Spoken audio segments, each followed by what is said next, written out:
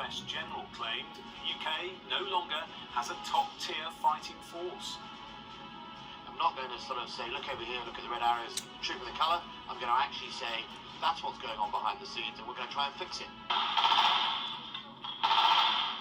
Britain is keen to support Ukraine in its war with Russia. Here, soldiers train Ukrainian recruits in the UK. But underfunded and facing further cuts, the British Army is in need of help too. And defence ministers appear to agree. The serial underinvestment in the army over decades has led to the point where the army is in urgent need of recapitalisation. The Chancellor and the Prime Minister get that, and there's a budget coming.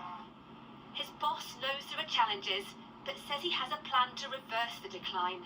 I've always said I'm not going to pretend things are perfect. I'm not going to sort of say, look over here, look at the red arrows and troop of the colour. I'm going to actually say, that's what's going on behind the scenes, and we're going to try and fix it. The comments came after Sky News revealed that a US general had said the British Army is no longer regarded as a top-level fighting force.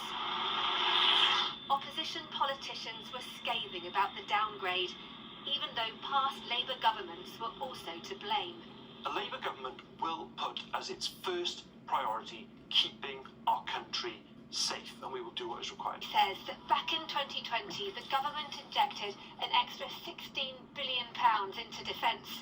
But what's not mentioned is that wasn't as much as the military had been asking for to plug capability gaps. Since then, you've had the war here in Ukraine, increased security threats, and a renewed sense of urgency that the army can't be allowed to break. This is really a story of choices. Behind me is the UK's defence spending as a percentage of GDP since the end of the Cold War. Less money being spent as the perceived threat recedes. Much of that money being spent elsewhere. This is what health spending has done over a similar period, not too far off, but really moving away over recent years. And that's a choice made by successive governments. But that reduction in spending has meant a reduction in armed forces personnel. And you can see just how much that has fallen. But the UK isn't alone here. Many other countries reacted the same way to the end of the Cold War. This shows the proportion of GDP spent by different countries over the same time. It's a similar picture. This is where the UK is in gold. We're in the middle of the pack, really. You're behind US and Russia, but we spend more than they do in absolute terms. Then you've got other countries like Poland, which today has announced it's increasing its defence budget to 4% of GDP.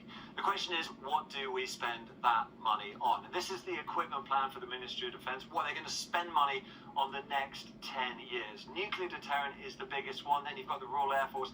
The Army is getting less of that money, which is why we've heard some of these calls.